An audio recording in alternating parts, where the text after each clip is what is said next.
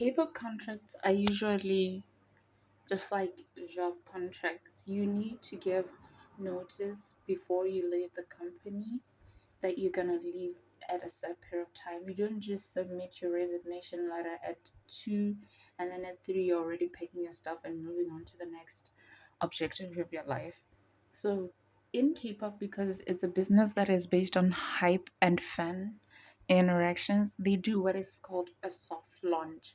So a soft launch essentially means when you drop hints of a particular thing before you do the particular thing to see how well people react to that thing. For example, teasers.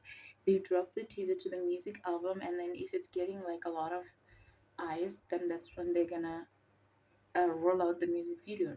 They drop the audio files on Spotify, and if it's getting a lot of traction, then they make the music video.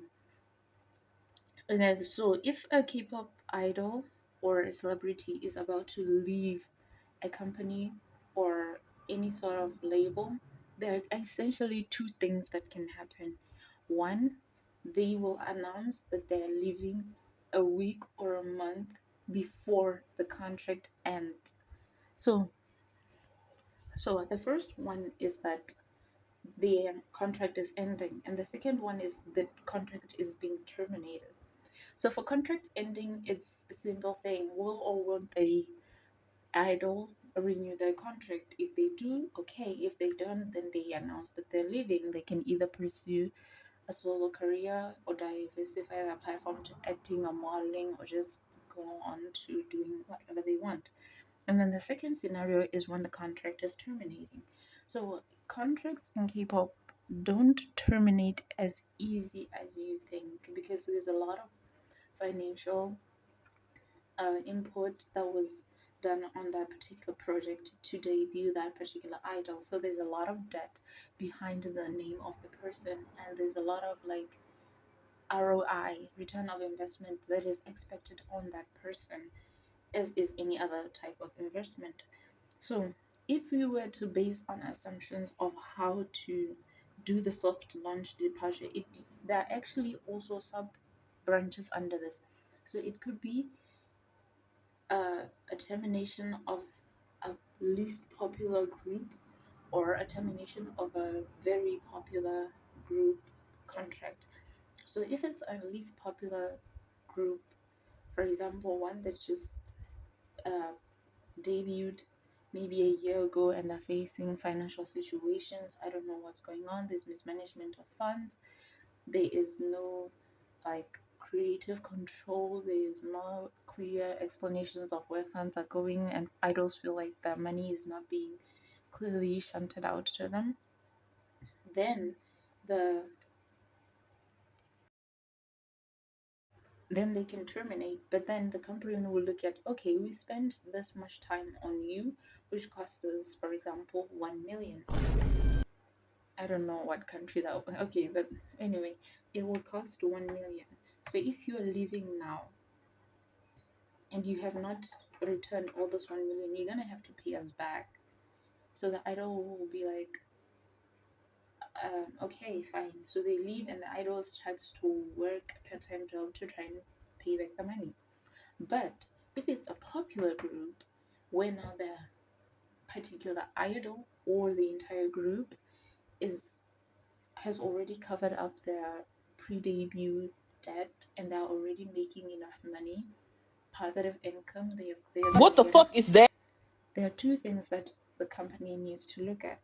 The first is how the company is going to manage the member leaving, because they're already popular. People have already built the bond with the particular idol. So the first things that idols like to do is by doing uh, an Instagram or social media type of Ayo, I'm leaving this label.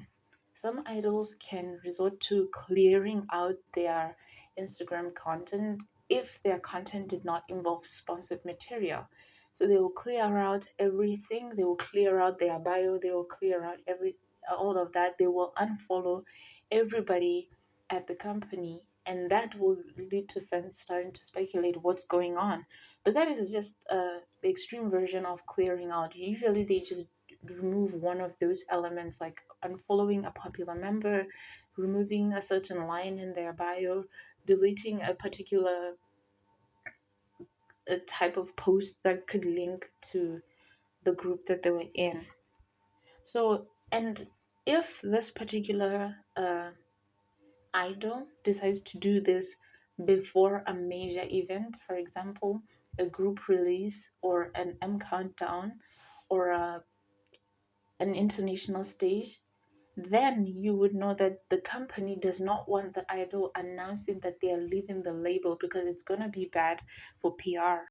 The reason why it's bad for PR is because the fans will lose interest. They won't follow the group or the many members of the group, and they might even boycott the whole uh, situation. If, for example, they bought tickets to an international stage, they might want their money back. If it was N countdown, they might not feature it, or they might even, some may even resort to attacking premises. So you don't want to do that because people react differently to different situations. Another thing that they can also do is the hiatus PR stunt. So it's not a stunt per se, but let's get into that. So they can announce the PR hiatus statement for one or two reasons. One, using the term mental and health, mental well being for personal health reasons, or two, just leaving it vague, like maybe those particular idols just returned from a world tour, a massive one, for example, ranging from 8 to 9 months. So you give them like a month or two, or maybe six, to recuperate from the jet lag and the continuous schedule back to back, all of that. So you understand that. However, in some cases, it is so out of the blue that it can only make sense if it's a health hiatus. For example, if the members have not toured for the whole 1 or 2 years, they've not had like a major album release in like 4 6 months, and then they suddenly announce a hiatus. So it would make sense that it's a health one. However, it's usually a mask, allegedly, that there is a major disagreement, positively one signaling to a creative direction, workload, individual payment or treatment, miscommunications or disagreements. And usually those idols are being like cast aside while the lawyers and the management talks about what's going on. For example, the lawyers of the idol versus the lawyers of the label. Like, person wants to leave your label. What's gonna happen? Well, if she wants to leave, she's not gonna engage in our group activities. Put her on the side, but the other fans are gonna wonder where is the person. So what do? You announce the hiatus. What's the most reasonable one? A health hiatus.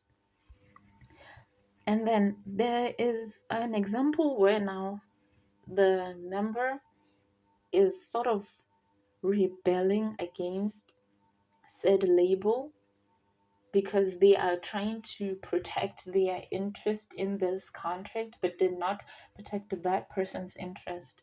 So the member can drop subtle hints. For example, if they're going to say that the member is on a hiatus, another member can post pictures of said member at a place, like maybe engaging in fun activities. You don't expect somebody who's sick to be out partying, to be out um, touring, like being out in random places.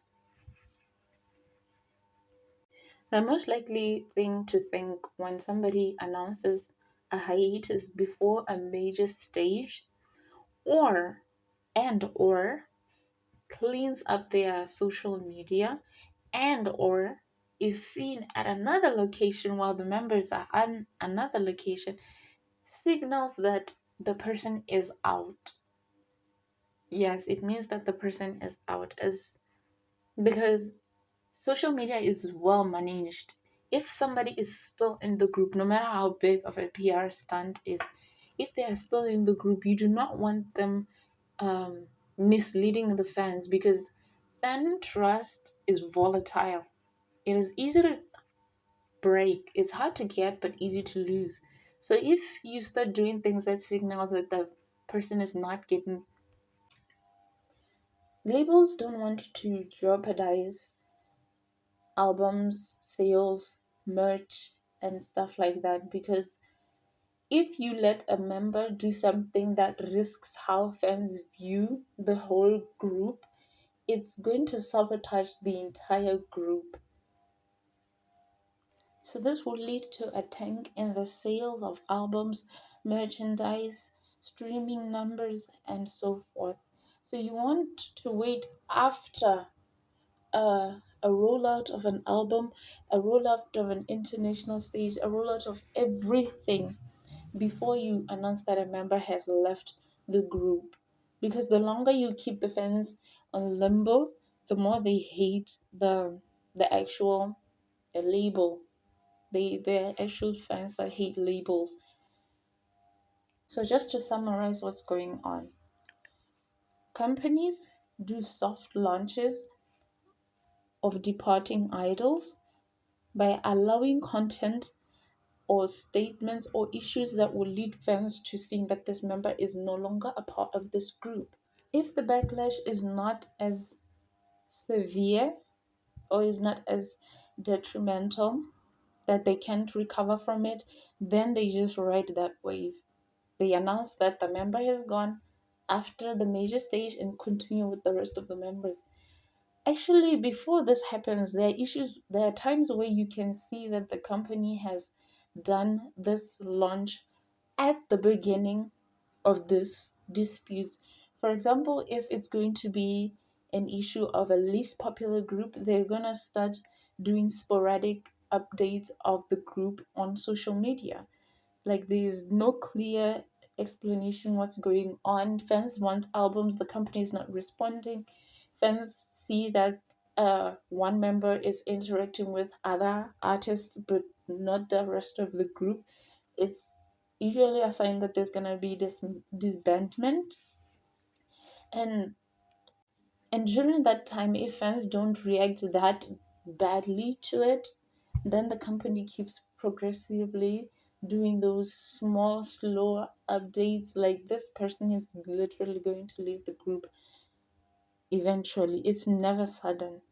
You just have to look.